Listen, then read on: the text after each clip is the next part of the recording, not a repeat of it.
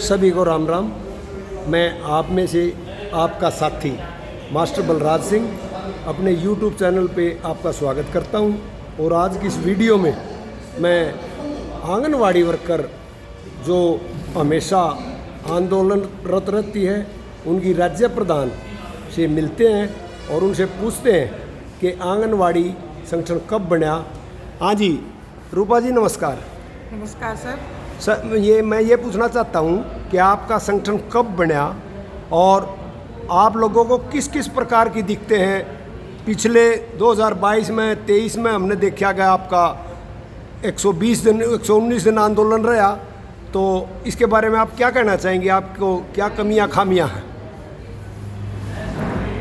इसके बारे में मेरा यही कहना है कि जो आंगनवाड़ी की स्कीम जो ICDS स्कीम है 2 अक्टूबर रूपा जी जो ICDS स्कीम है वो 2 अक्टूबर 1975 को जो विश्व बैंक के तहत ये लागू हुई थी, चली थी। जो ये गर्भवती महिलाओं कुपोषित जो बच्चे भारत के अंदर थे उन सभी को लेके ये स्कीम चलाई थी सरकार ने और विश्व बैंक इसको चलाता था।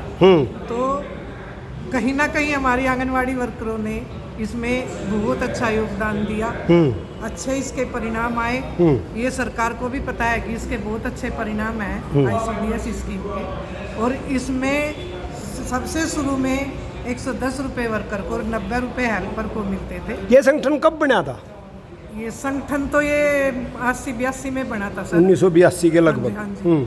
उसके बाद हमने जब देखा कि हमारा शोषण हो रहा है बहुत, मतलब जमीनी स्तर पे हम काम करते हैं और हमारा शोषण बहुत ज़्यादा हो रहा है, तो हमने फिर एक मुहिम छेड़ी कि हम अपना संगठन बनाएं और संगठन के बलबूते पे हम अपना कुछ ना कुछ हासिल करें।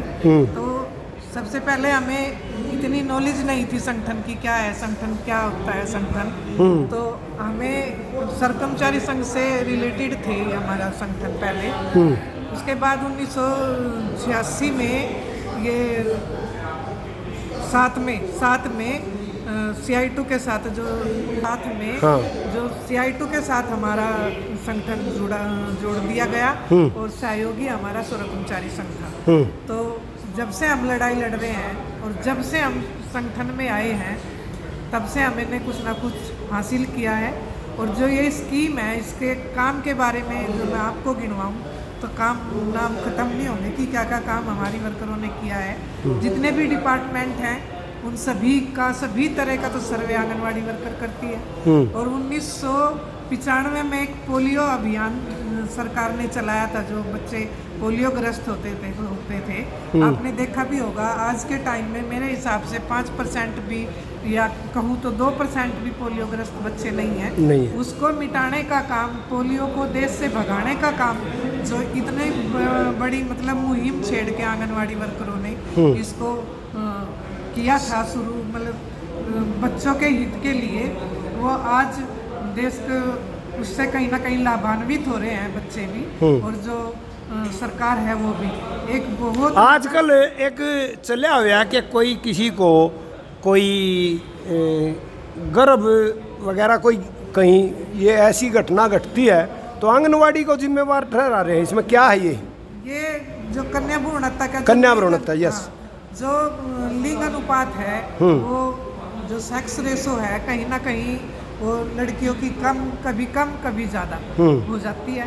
और कन्या भ्रूण हत्या जो सरकार का ही एक वो है, ये मतलब गलती है। क्यों ऐसी मशीनें वो प्रोवाइड करवाई है सरकार ने, या फिर उन पे ऐसा कोई सिस्टम उन पे करे कि वे इस काम को नहीं कर सके।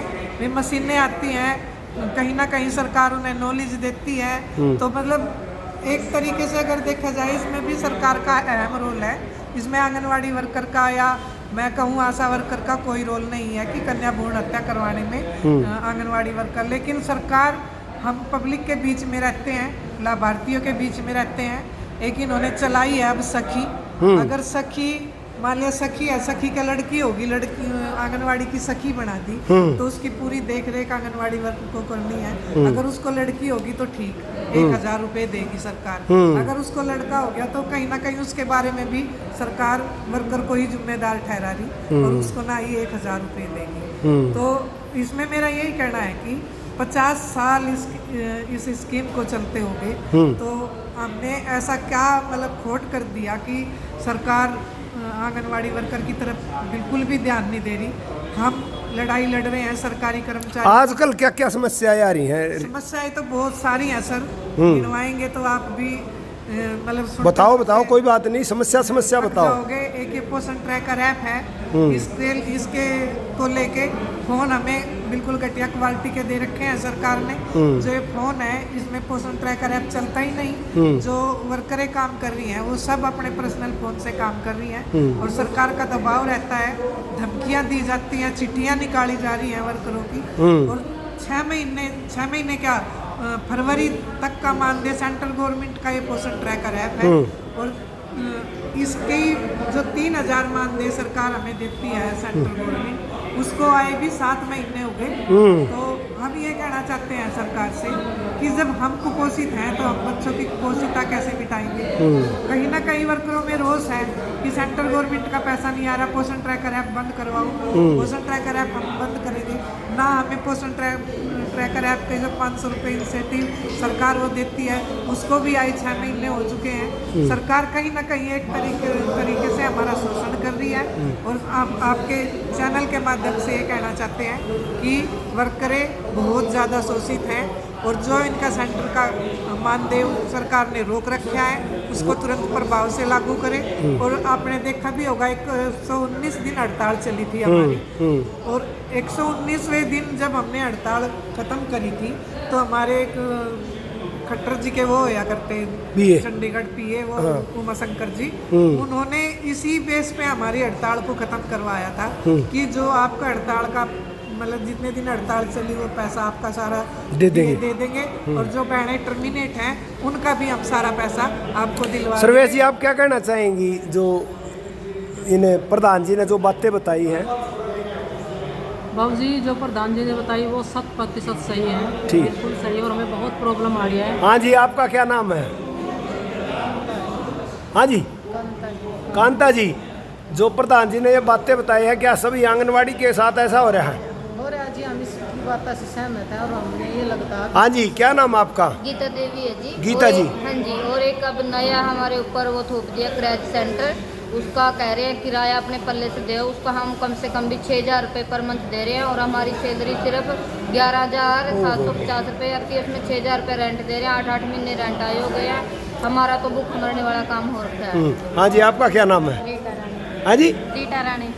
रीटा जी, हाँ, जो ये बता रही है प्रधान जी और ये अन्य ने जो बातें बताई इनसे हमारे साथ ऐसा हो रहा है। हाँ, तो साथियों देखिए ये राज्य की प्रधान है रूपा राणा जी और इनकी टीम से हमारी बात हुई है।